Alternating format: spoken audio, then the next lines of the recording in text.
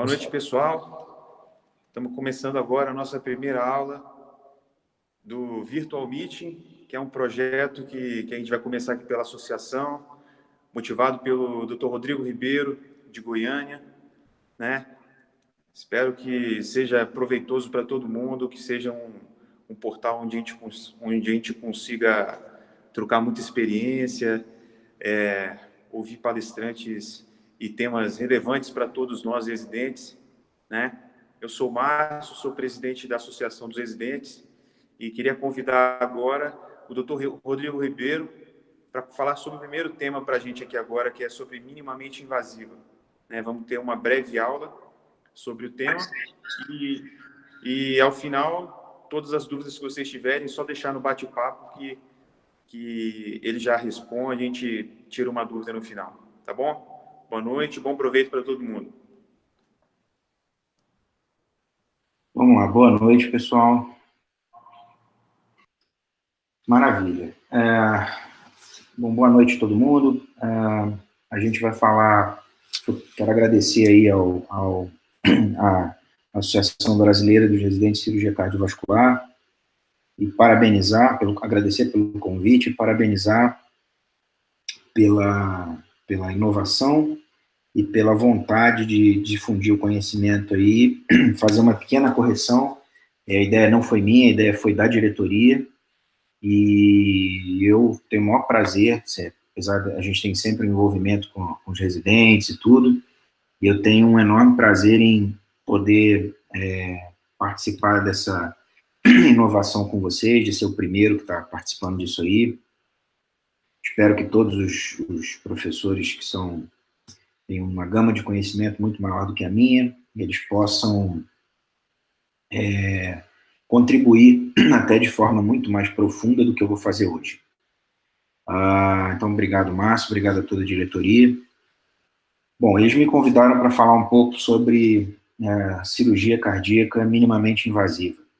E a cirurgia cardíaca minimamente invasiva, ela tem várias nuances e cabe não é uma aula, nem uma conferência, nem um meeting, mas ela cabe um verdadeiro congresso, né? Existe até uma sociedade que só discute isso, que eu tive a felicidade agora de, esse mês, ser agraciado com o membership dela, que é a Sociedade Internacional de Cirurgia Cardiotorácica Minimamente Invasiva, ISMICS.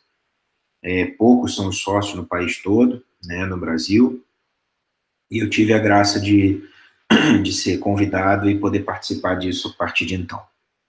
Então, assim, como eu disse, a cirurgia minimamente invasiva, ela tem uma miríade de coisas muito grande, né, de assuntos muito grandes para se falar, e eu acabei pincelando escolhendo um que eu até falei no congresso, e foi de grande aceitação, e eu vi poucos residentes assistindo essa aula, então acho que seria interessante replicá-la para vocês, para que a gente possa abrir um leque de discussão sobre isso. Eu falo com bastante propriedade, porque eu coordeno um serviço que tem, juntamente com outro colega, o Dr. Paulo Couto, a gente coordena um serviço que faz uma média de 300 a 350 cirurgias cardiovasculares com bypass de média e alta complexidade por ano. E de 2015 para cá, gradativamente nós fomos crescendo em relação à cirurgia minimamente invasiva, e hoje a gente tem aproximadamente 95 a 98% de todos os nossos procedimentos sendo feitos de forma ou minimamente invasiva ou videoassistida, preferencialmente videoassistida, né? A gente hoje tem a possibilidade de realizar todos os tipos de troca valvar, videoassistida, primeira cirurgia, segunda, terceira, até quarta cirurgia a gente já fez. O resultado é sensacional.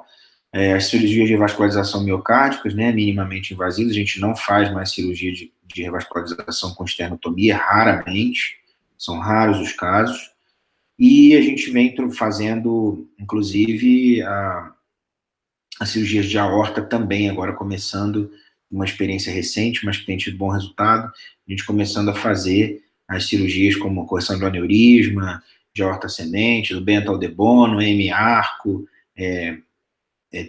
cirurgia do Tirone Davi, enfim, todas sendo feitas videoassistidas, e o resultado realmente é espetacular. Mas então eu escolhi um dos dos temas relacionados à cirurgia cardíaca minimamente invasiva, que é a cirurgia de revascularização miocárdica, que eu acho que é o grande carro-chefe da nossa especialidade, e que, aos poucos, a gente foi perdendo o chão, né? Principalmente para os colegas da hemodinâmica, que está acontecendo agora também na cardiopatia estrutural.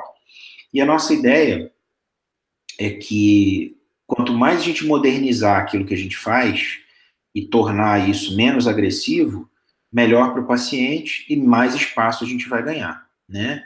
Então, eu costumo brincar que 2 anos atrás, quando um paciente chegava com doença coronariana, com indicação cirúrgica, multiarterial, no meu consultório, 20% operavam e os outros 80% acabavam optando pela angioplastia.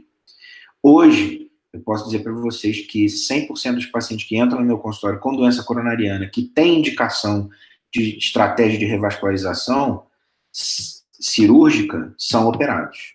Eles não optam pela angioplastia, porque o resultado mudou muito, de acordo com o que eu vou falar a partir de agora.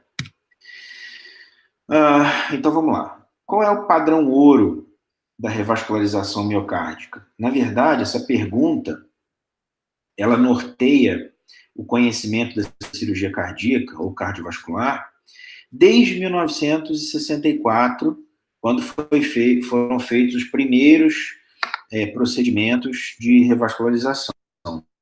E engraçado que, apesar de todo o desenvolvimento tecnológico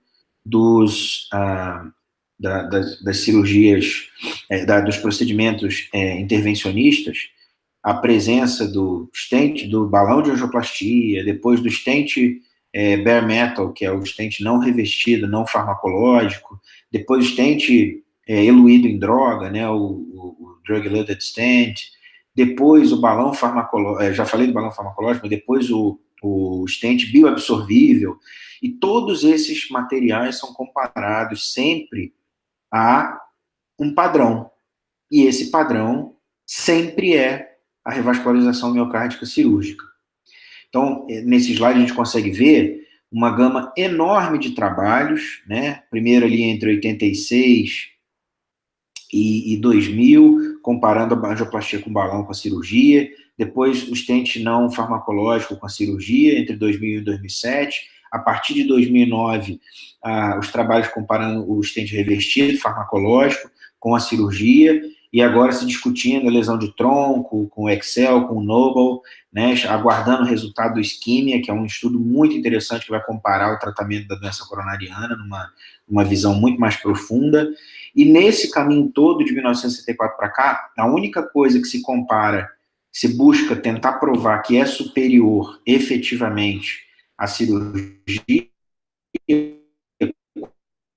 quando ela não é otimizada, né? Então a gente vê que a cirurgia de revascularização ela foi e possivelmente com essas novas técnicas que a gente tem utilizado, vai permanecer sendo o padrão ouro da cirurgia de revascularização miocárdica.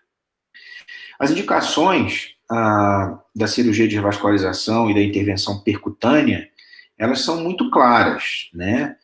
Não há muito o que se discutir mais em relação a isso, porque são indicações muito claras, muito bem estabelecidas. Os guidelines mostram que a gente tem lá, quando você tem uma doença uni ou biarterial que não envolva a artéria descendente anterior, seria talvez o único cenário onde a intervenção percutânea seria, como é que eu vou dizer, mais indicada, né, ou seria superior à intervenção cirúrgica.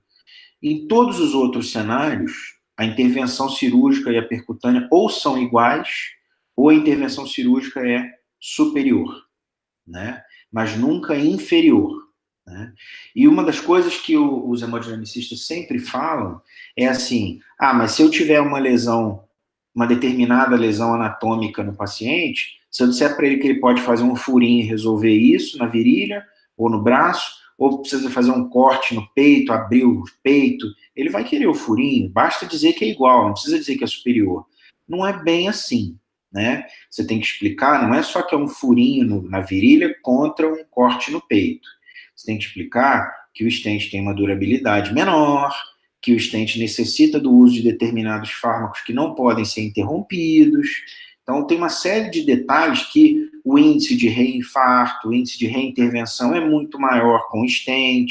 Então, tem determinadas coisas que nem sempre são faladas ao paciente e que é por isso que é tão importante que as decisões sejam tomadas sempre por um heart team, que é composto preferencialmente ou minimamente por um cardiologista clínico, um hemodinamicista e um cirurgião cardiovascular.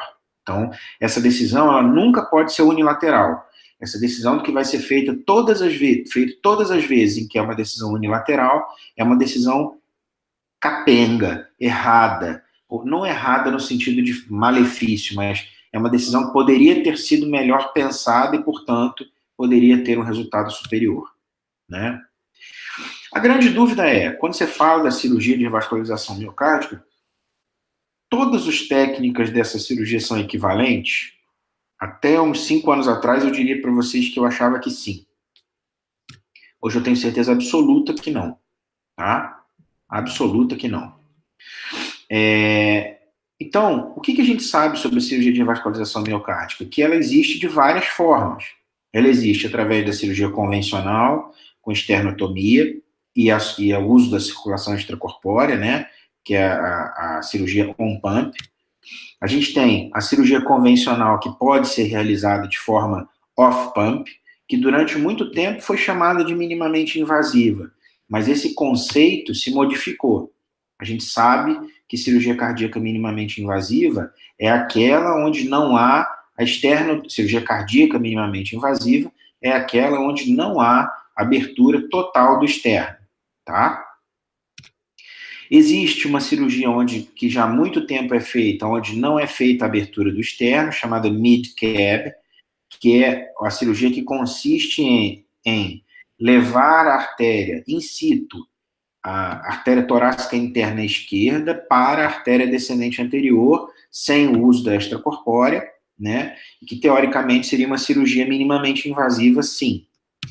Existe o tema que nós estamos conversando hoje, que é a mixed CABG, que nada mais é do que fazer a mesma cirurgia que se faz on-pump, com esternotomia, sem a necessidade de abertura do externo e com o auxílio da circulação extracorpórea. Ou seja, se tiver um paciente para fazer 4, 5, 6, 8 pontes, você pode fazer isso sem precisar abrir o externo, sem nenhuma dificuldade, tá? E hoje, com o avanço da nossa técnica, né, que eu digo, nossa, que a gente vem utilizando, e com a familiarização da equipe, que é um passo extremamente importante para o sucesso dessa técnica, eu posso dizer para vocês que é mais fácil operar assim do que operar através da esternotomia convencional.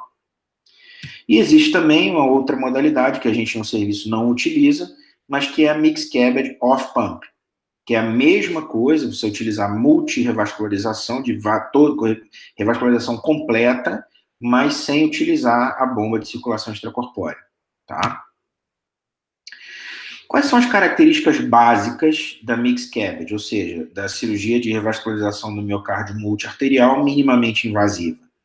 As características básicas são, primeiro, ela é uma cirurgia multiarterial, diferentemente da mid-CAB, tá? Que é só a mamária, a torácica interna para descendente anterior.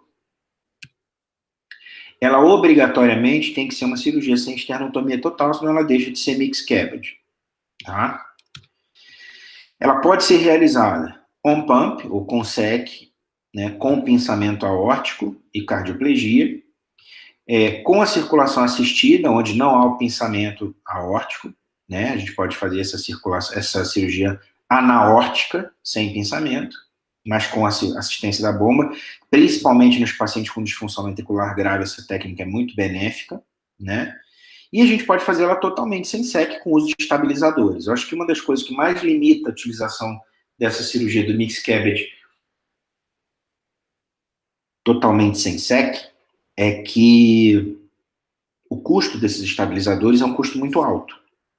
Nem todos os convênios cobrem, e no SUS, então, nem se fala. Então, se você pode minimizar a agressão cirúrgica, mas utilizando a SEC de uma maneira mais inteligente, por que não utilizar? No nosso serviço, a gente particularmente salvo raríssimas exceções, a gente faz as cirurgias sempre em bomba. Um tema importante e que vem de encontro com a modernização da cirurgia cardiovascular atual, né? O padrão da residência mudou, o número de anos mudou, o conteúdo curricular mudou, é a canulação periférica. A gente cada vez mais está tendo que se defrontar com o ensino de cânulas, catéteres, e uma série de outras coisas que os intervencionistas já utilizam há muito tempo e que a gente está tendo que se defrontar com isso para que a gente possa utilizar de uma maneira adequada para o paciente. Então, a canulação na Mixed CABG, ela é sempre uma canulação periférica, haja visto que a gente não tem a possibilidade de canular diretamente o coração. Então, a gente utiliza cânulas que podem ser inseridas venosas, podem ser inseridas pelas veias femorais ou pelas veias jugulares, né? E a gente utiliza canulação arterial, que pode ser realizada pelas artérias femorais e também pode ser realizada por outros vasos, como a artéria subclávia, artéria axilar, né? Diante de pacientes, por exemplo, com alto grau de aterosclerose, a gente pode evitar a circulação retrógrada fazendo a canulação arterial na extremidade superior do corpo. A intubação seletiva é um detalhe que, no início da nossa experiência, a gente, na intenção de facilitar a execução do procedimento, e como na maioria dos trabalhos iniciais são descritos, a gente utilizou muito a intubação seletiva e deixamos de utilizar, por dois motivos. Primeiro, porque a intubação seletiva não agregava nada, né? Parar o pulmão para poder operar aquele lado, para poder entrar no tórax por aquele lado, não agregou absolutamente nada. A gente faz a mesma coisa colocando 2 compressas molhadas sobre o pulmão, com soro frio, para manter o pulmão vasoconstricto, para manter o pulmão colapsado, e não temos nenhum problema em relação à visualização do campo operatório. Nem dificuldade, não cria nenhuma dificuldade, é como se o pulmão não estivesse ali. E o segundo ponto é que, em alguns casos, nos pacientes que são plenamente heparinizados, o paciente que vai para a SEC, ele é necessariamente plenamente heparinizado, né, com 4 mg por quilo de peso de heparina. Alguns pacientes fazem uma reação pulmonar ao complexo heparina-protamina e acabam desenvolvendo no pós-operatório umas hemorragias alveolares. E isso está relacionado com colapso pulmonar através da intubação seletiva. Isso aí já é uma coisa que foi muito discutida em Leipzig, e eles também não têm usado de rotina a intubação seletiva. Então, a gente não vê necessidade para isso, que inclusive barateia e facilita o uso do procedimento em pacientes do Sistema Único de Saúde. E uma coisa muito importante é que a Mixed CABG é uma cirurgia diferente. Ela não é uma cirurgia igual a todas as outras. Então, é importante que a equipe tenha disponível, primeiro, material adequado, segundo, treinamento adequado, tá? Para que todo mundo fale a mesma língua e saiba. Não adianta o cirurgião viajar, fazer um super curso, super caro, e não ter, o resto da equipe não ter a menor ideia do que ele está falando. Quais são os objetivos? Os nossos objetivos, eles são esses aí que vocês estão vendo na foto. Esses 2 casos são casos do serviço, onde são pacientes que foram operados. O primeiro, na extremidade superior esquerda, é uma cirurgia de 4 pontes, uma ponte arterial e 3 pontes venosas, e essa incisão que vocês estão vendo é uma incisão de 5 a 6 centímetros, tá? Para vocês terem uma ideia, basta ver o tamanho da mão do cirurgião na segunda foto. Né? Essa mão é a minha, e dá para ver que a incisão tem aproximadamente a mesma largura da minha mão. Eu já medi, e a minha mão tem 5,5 centímetros de largura. Então, essa incisão tem em torno de 5,5, de 5 a 6 centímetros, né? Então, o que a gente está vendo aí é que é uma cirurgia que pode ser realizada, primeiro, sem fratura nenhuma de nenhum osso. Segundo, com um potencial de analgesia espetacular, principalmente no pós-operatório inicial. E terceiro, que possibilita uma recuperação muito rápida do paciente, tá? Então, os objetivos são esses. Esse é outro paciente que nós operamos. Essa foto é tirada em torno de 10 a 12, se eu não me engano, dias após a cirurgia. E vocês estão vendo aí um paciente que fez 3 pontes, tá? uma cirurgia totalmente arterial, e vocês estão vendo que praticamente o paciente não tem incisão, né? Você olha, é uma incisão que passa totalmente desapercebida. São outro paciente também, um empresário que foi operado pelo nosso serviço e solicitou que fosse feita a técnica mais moderna que tivesse. A gente fez a cirurgia, a incisão dele foi muito pequena, uma cirurgia de 3 pontos também, totalmente arterial, onde a gente, além da pequena incisão submamilar, a gente só vê um orifício superior, que é para a entrada do clamp aórtico, e um orifício inferior, que é para a drenagem do tórax. A preparação, ela é uma preparação muito semelhante à preparação convencional, tá? Então, a gente prepara o paciente, intubação, o que é diferente? A gente deve manter a região inguinal que vai ser canulada preparada, né? Essa incisão, ela é feita sempre ao nível do quarto espaço intercostal. Ela se inicia na linha hemiclavicular e ela termina preferencialmente antes da linha axilar anterior, tá? E uma coisa importante é que o paciente deve ter abaixo da sua escápula esquerda um coxinho, uma bolsa pressórica, enfim, que possa elevar o tórax em torno de 30 a 45 graus, para que a gente tenha um acesso direto a esse lado da cavidade torácica, né? Então, quando a gente vê aqui os acessos, a visualização, esse vídeo é um vídeo bem curtinho, mas a gente consegue ver que a gente está usando de material específico aqui, uma ponteira mais longa do bisturi elétrico, do eletrocautério. As pinças e o material de cirurgia minimamente invasiva são indispensáveis, tá? Isso aqui é um debake curvo, delicado. E não existe nenhuma necessidade da gente usar um afastador caríssimo, como o Hultrack, por exemplo, que você vai pagar uma fortuna nele. Basta que você utilize um finoqueto, saiba fazer a incisão de forma adequada, e você ganha um espaço aí que é perfeitamente factível, inclusive se você precisar massagear o coração, isso é possível. Então, vocês vão ver aqui a mamária dissecada. Vamos ver se o vídeo vai funcionar. Isso. Então, vocês vão ver ali, ó, a mamária esquerda plenamente dissecada, tá? Então, o vídeo está pulando um pouquinho, mas a gente consegue ver que o pulmão esquerdo está colapsado através de duas compressas molhadas, e a mamária esqueletizada está absolutamente perfeita ali, sem nenhum problema, tá? Então, a visualização é um pouquinho diferente, porque a gente disseca a mamária pela lateral, não pela região medial, mas que o resultado fica absolutamente igual, talvez eu me arrisco a dizer que até melhor do que pelo meio, tá? Principalmente se você for utilizar a mamária de forma esqueletizada.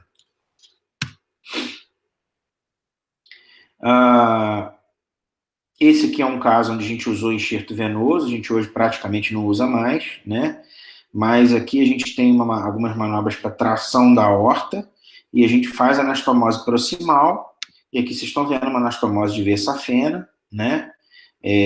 Realizada simples com um clamp de derra, né? Uma anastomose muito fácil de ser feita, execuível, o nosso residente faz, né?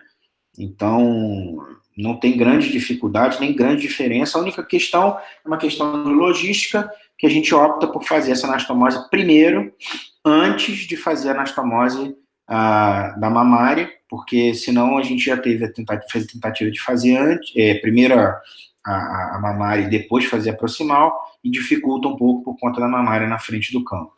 Não é muito simples para fazer isso. Então, a gente prefere fazer primeiro a proximal, ou as proximais, a gente pode fazer 2, 3, até 4 pontos, se houver necessidade, a aorta permitir, proximais, e aí depois a gente passa as anastomoses distais.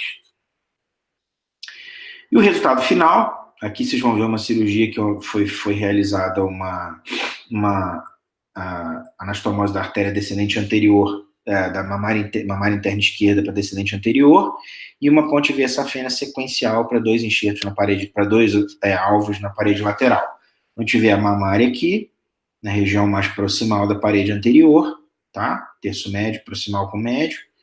A gente vê lá a anastomose proximal da veia, ela vem por trás da mamária, ela chega a um alvo aqui, que é uma artéria diagonal, e vai terminar lá numa artéria ventricular posterior esquerda, o ramo terminal da artéria marginal esquerda, certo?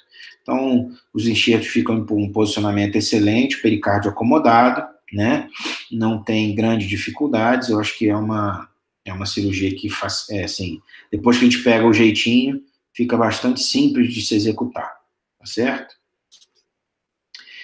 Isso aqui já é um dado um pouco mais antigo, mas que foi apresentado no Congresso. A gente já está com muito mais de 200 pacientes operados, mais de mixed cabbage, mais os primeiros 63, que foram de 2015 a 2017, todos com 3 ou 4 enxertos, idade média de 55 anos, fração de ejeção média de 58 e um Euroscore médio de 3%, que corresponde a um Euroscore moderado, né?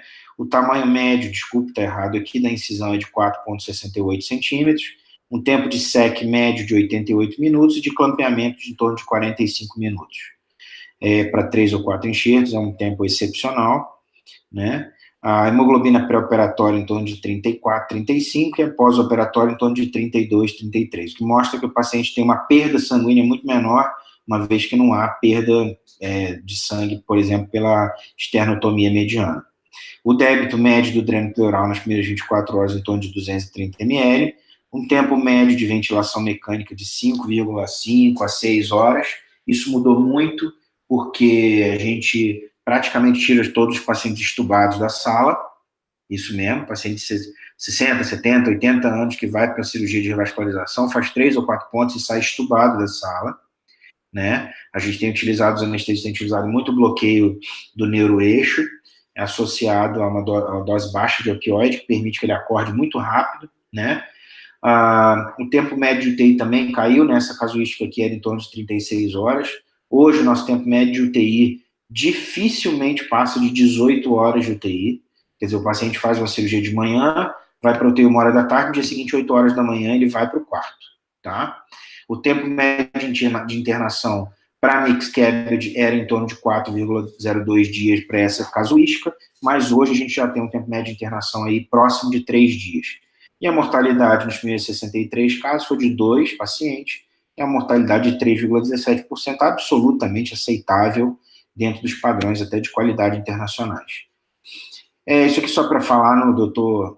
Maguin, que eu conheço, né, eu tive com ele, enfim, me ajudou muito no início da minha experiência, o que estabeleceu essa mixed cabbage efetivamente, né, mostrou nesse paper aqui no Circulation, em 2009, que a cirurgia é uma cirurgia segura, efetiva, e que pode ser utilizada de forma mais abrangente, né.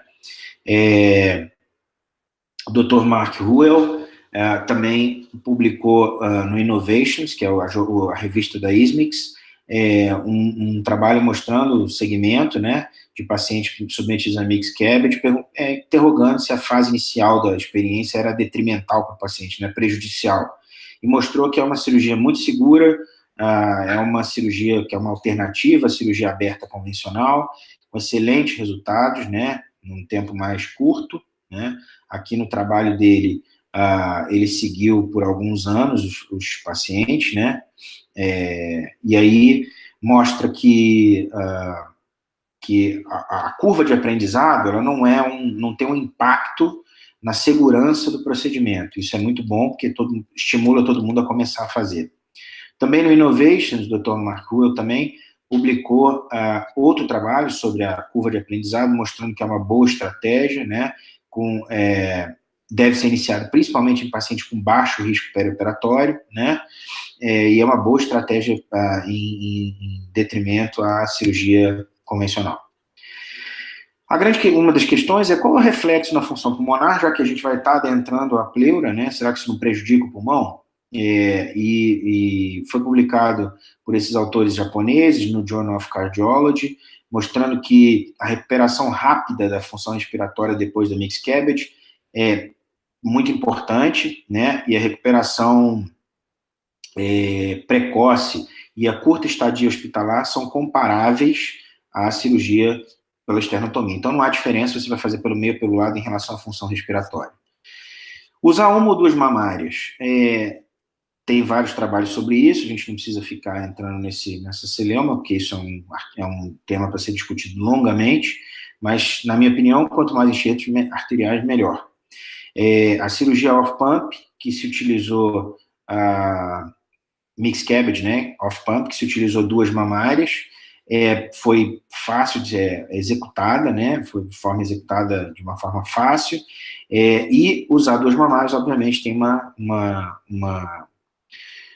vantagem a longo prazo, né, um benefício a longo prazo, assim como em relação à cirurgia convencional e também em relação à cirurgia, à revascularização híbrida. Ainda sobre 1 ou 2 mamárias, a mixed cabbage utilizando 2 mamárias pode otimizar a cirurgia cardíaca minimamente invasiva, né, porque faz com que você consiga utilizar um segundo enxerto arterial de excepcional qualidade e excepcional durabilidade. Os enxertos devem ser preferencialmente retirados de forma endoscópica, né, o consenso diz que é classe de recomendação 1, nível de evidência B, né, que a retirada da safena e da artéria radial devem ser feitas de forma endoscópica, até porque é muito difícil explicar para o paciente porque ele tem uma incisão de 5 centímetros no tórax e 15 centímetros no antebraço, né? Ele vai querer saber. Mas, independente disso, tem múltiplos benefícios em se utilizar, em relação às complicações, se utilizar a retirada endoscópica do vaso. A pergunta é, não é melhor, se o paciente é um velhinho, não é melhor fazer a esternotomia mediana? Não, não é. Entre os pacientes idosos, esse trabalho aqui no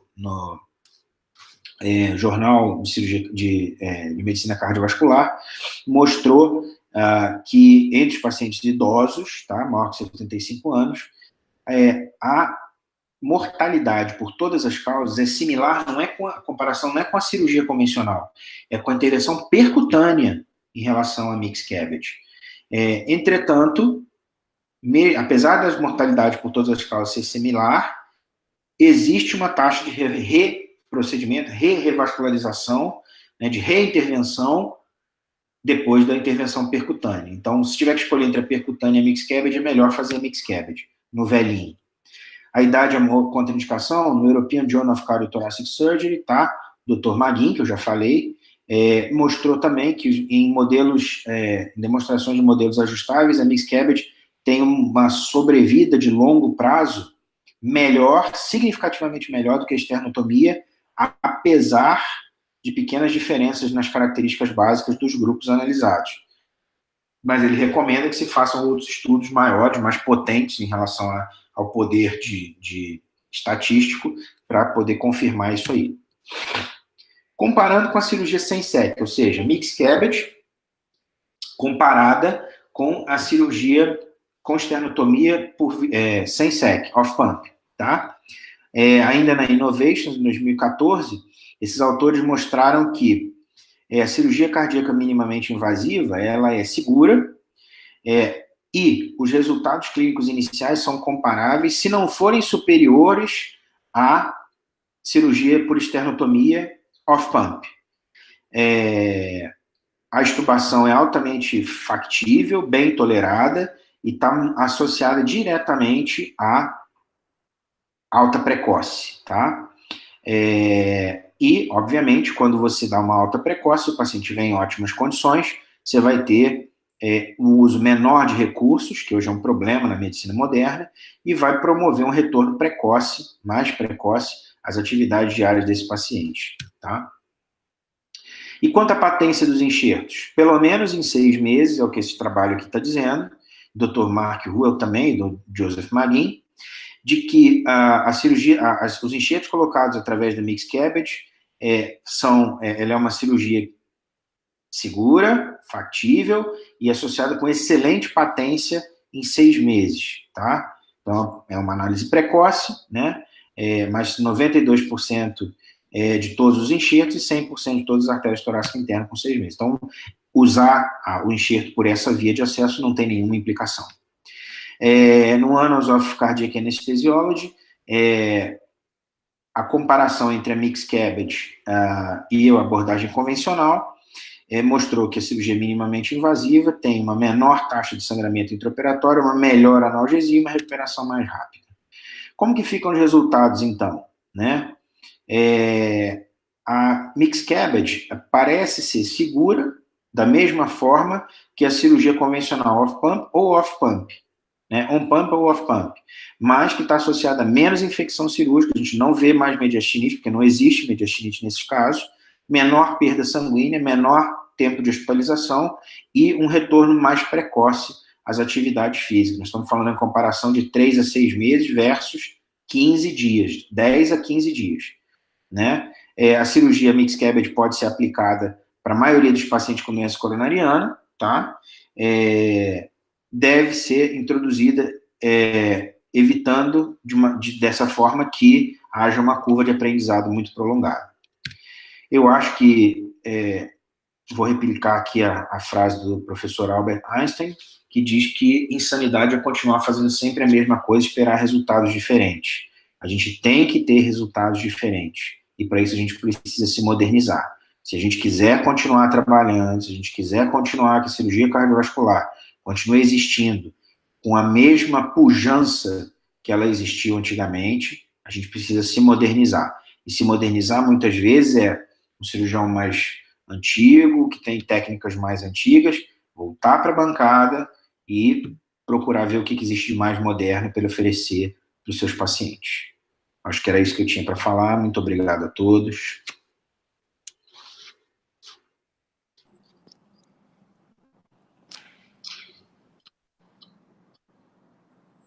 Rodrigo, eu te agradecer, em nome dos residentes, pela excelente aula, né?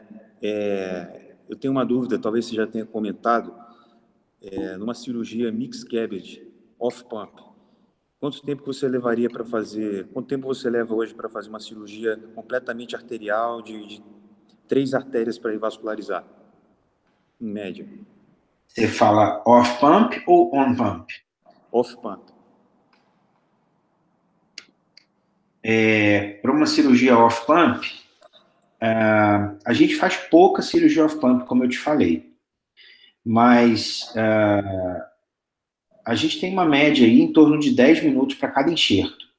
Então, se a gente está falando aí de uma cirurgia off-pump, a gente está falando aí em termos cirúrgicos, 1 hora para abrir e dissecar a safena, a mamária, desculpa, e deixar todos os enxertos prontos, a gente tem aí mais ou menos em torno de 40 minutos para fazer todas as anastomoses, e mais em torno de 20 a 30 minutos para fazer a síntese e fechamento completo. Então, a gente está falando aí de tempo de sala cirúrgica em torno de 2 horas e meia, 3 horas.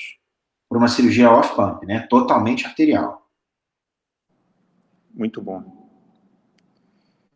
Legal. Ficou mais alguma pergunta no chat, Diego? Alguém chegou a fazer alguma pergunta para a gente aí ao vivo? Não, hoje a gente não teve nenhuma pergunta, acho que o pessoal ainda está se acostumando com essa nova metodologia, né? Mas se você ainda quiser deixar sua pergunta, a gente está aqui de olho, né? Estamos aguardando. Legal. Rodrigo, você quer deixar alguma mensagem para a gente final aí? Eu acrescentar mais uma coisa que eu acho que vale a pena falar, é que é muito importante o que se fala para o paciente, né? E quando eu falo isso, eu não estou dizendo que você precisa mentir para o paciente, muito pelo contrário, você tem que ser o mais transparente possível.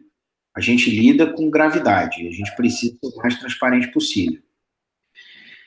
É impressionante a forma como os pacientes se manifestam depois que a gente explica para eles que a gente pode fazer uma cirurgia utilizando enxertos de excelente qualidade, sem precisar causar nenhum tipo de trauma ósseo, né? E que isso vai gerar para ele, além de uma recuperação extremamente rápida, e isso é real, isso não é uma coisa inventada, é real. A gente está falando aí, se o paciente for fazer uma angioplastia hoje, ele fica internado de 2 a 3 dias no hospital, né? 1 dia na UTI, mais 1 ou 2 dias no quarto. Depois ele vai para casa e ele só volta a trabalhar com 7 a 10 dias depois do procedimento. É exatamente a mesma recuperação de uma mixed cabbage. Então, é impressionante quando você oferece para o paciente o que há de melhor, como a resposta do paciente, a confiança do paciente é grande. Ele tem muito medo do trauma operatório.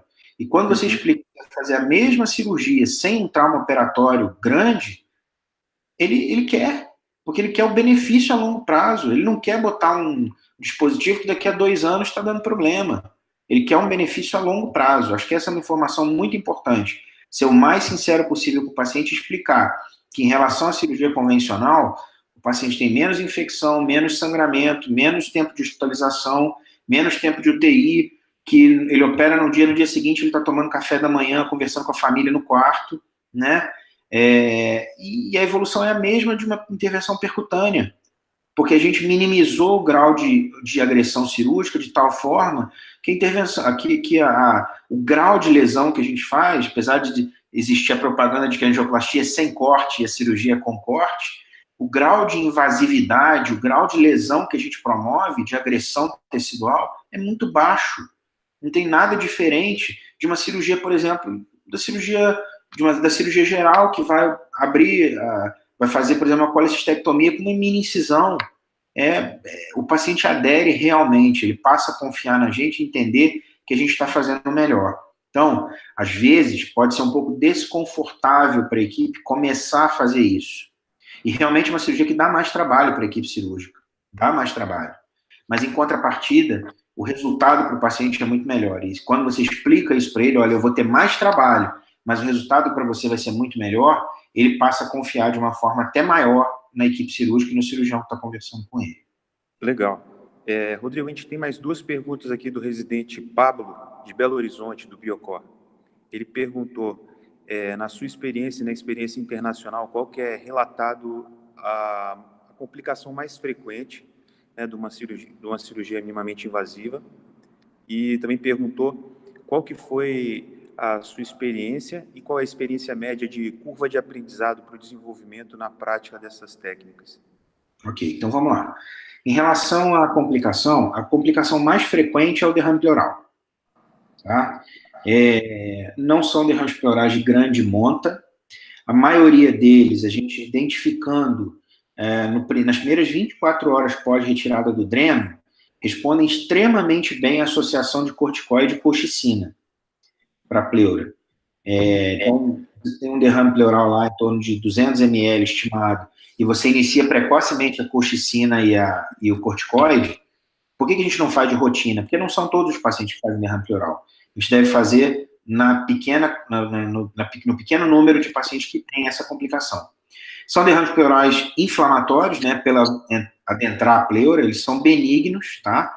A gente não vê nenhum grau de sangramento importante, nada disso, até porque não tem por onde sangrar, né? E qual era a segunda pergunta? Em relação à curva de aprendizado. Isso. Em relação à curva de aprendizado. A gente hoje já passou das 200 mixed cabbage, né? E eu acho que a curva de aprendizado mais importante, o mais importante é que você comece com casos melhores, né? E de preferência com alguém que saiba fazer do seu lado para ir te orientando, fazendo um guidance mesmo. Na nossa experiência a gente não teve isso, porque praticamente ninguém faz, então a gente foi para fora, aprendeu a fazer e veio fazer. Treinamos muito em caixa preta, muito, perdi a conta de quantas horas, acho que se praticar na caixa preta prejudica a visão, eu devo estar praticamente cego, porque eu perdi a conta de quantas horas eu fiquei na caixa preta refazendo aquilo que eu tinha feito na época da cirurgia geral, né? Para aprender a operar vesícula, hérnia e tal. Então, tira a bolinha, bota no triângulozinho, pega o quadradinho, bota na caixinha, tira a caixinha, dá o nó, enfim. Então, para a cirurgia de revascularização não é tão fundamental, mas para a cirurgia de valvares são. Isso é muito fundamental.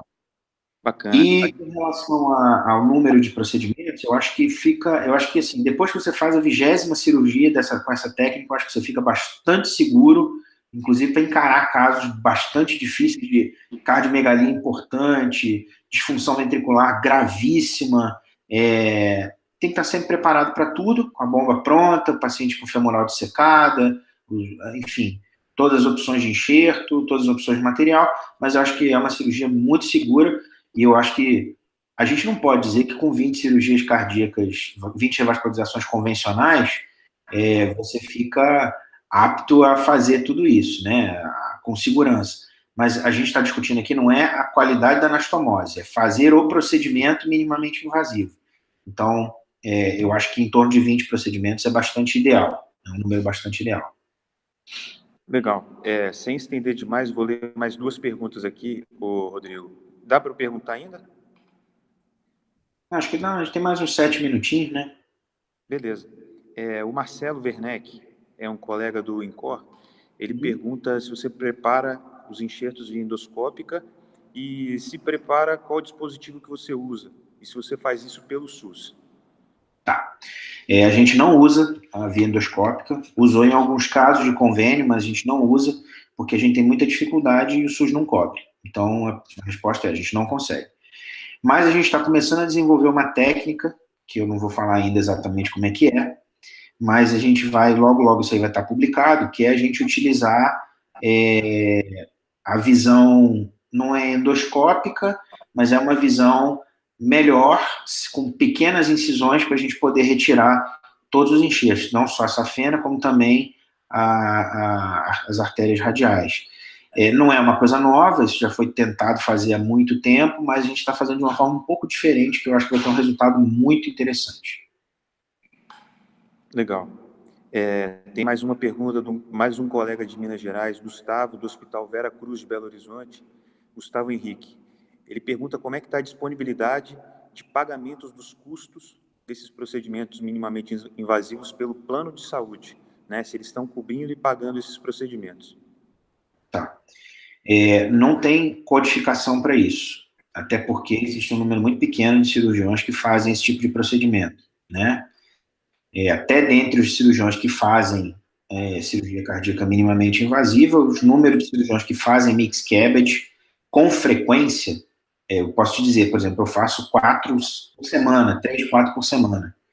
Então, o número de cirurgiões que tem esse volume é muito baixo. Então, não existe massa crítica para a gente chegar na MB, por enquanto, e também pedir um diferencial em relação a isso. Então, o que o convênio custeia é a cirurgia convencional. Em relação ao material, o convênio paga o material, paga cânula femoral, paga mais um material, e não é um investimento barato. Hoje, um material de cirurgia minimamente invasiva, ele está completo, uma caixa bem montada, em torno de R$120 mil, mais ou menos. Então, é um investimento caro, mas que te dá um retorno muito bom. Legal. O residente Gabriel pergunta se tem alguma consideração quanto à indicação de mixed CABG em pacientes obesos, diabéticos ou com uma disfunção ventricular moderada e importante. Tá, vamos lá. No início da nossa experiência, a gente tinha muito medo desses pacientes, do obeso, do diabético e do paciente com disfunção ventricular grave. Vamos por partes, vou esquartejar a pergunta. Primeira coisa, em relação ao diabético, o medo acabou, porque se você não abre o externo, não tem necrose, tá? Não tem necrose. A musculofrênica e as artérias secundárias do peitoral, da musculatura torácica, suprem o externo sem problema nenhum. Não existe necrose se você não lesa o externo, tá? Então, em relação ao diabético, não vejo problema. Em relação ao obeso, a gente morria de medo porque achava que ia ser muito mais difícil. Não é. Porque o obeso, ele é obeso fora da caixa torácica, ele não é obeso dentro da caixa torácica. Então, lá dentro, o procedimento é absolutamente igual. Basta que você trabalhe na via de acesso para que ela tenha o formato, a localização, o aspecto ideal para você não ter dificuldade na hora da abertura, né? E um detalhe aqui, no início dessa nossa experiência, a gente fazia os procedimentos com incisões parecidas com a mid-cab, mais anterolaterais. E a gente percebeu que não funciona bem, que a mixed CABG, que é a multiarterial, ela precisa ser feita com incisões bem posteriores, bem laterais. Então, quanto mais lateral você tiver no tórax, melhor é a angulação que você vai ter nas costais, melhor o acesso que você vai ter à cavidade, ao mediastino médio. Então, e com relação ao paciente com disfunção ventricular grave, como eu uso SEC em todo mundo, não tem problema. Muito bom. Rodrigo, acho que essas foram as dúvidas hoje, né? Acredito que foi de grande proveito aí para os colegas. Vão restar outras dúvidas. Se você quiser deixar o seu e-mail ou algum contato para alguém fazer algum estágio no seu serviço ou tirar alguma dúvida por e-mail ou por telefone, fique à vontade. Então, assim, quem quiser, o serviço está disponível, está aberto, a gente já tem os nossos residentes, mas nada impede que um outro residente venha acompanhar o serviço, né? A gente opera hoje em 4 hospitais na cidade, então a gente tem um volume bem considerável. E com relação ao e-mail, eu vou deixar o e-mail e o telefone, acho que vocês têm meu contato, mas é D de dado, R de rato, Souza, com Z, tudo junto, @gmail.com. Estava no final do slide lá, vocês podem ver no último slide da aula. E meu telefone é 629-8119-3295. Além disso, eu estou disponível, não tem dificuldade, é o que eu falo com meus pacientes, não tem como não me achar. Meu telefone está ligado 24 horas por dia. Então, quem quiser, tiver alguma dúvida, nosso serviço está sempre aberto e é um prazerzão participar. Eu torço muito para que isso, vou acompanhar de perto e torço muito para que esse projeto renda excelentes frutos, porque eu acho que a cirurgia cardíaca está precisando disso. É isso aí, pessoal. Então, queria desejar para todo mundo uma boa noite. Mais uma vez, agradecer ao Dr. Rodrigo pela excelente aula e contribuição. E espero que venham outras aulas e outras palestras, outros debates relevantes aí para a gente. Tá bom? Essa aula vai ficar no nosso canal aqui no YouTube, disponível para quem quiser assistir. Forte abraço, boa noite para todo mundo.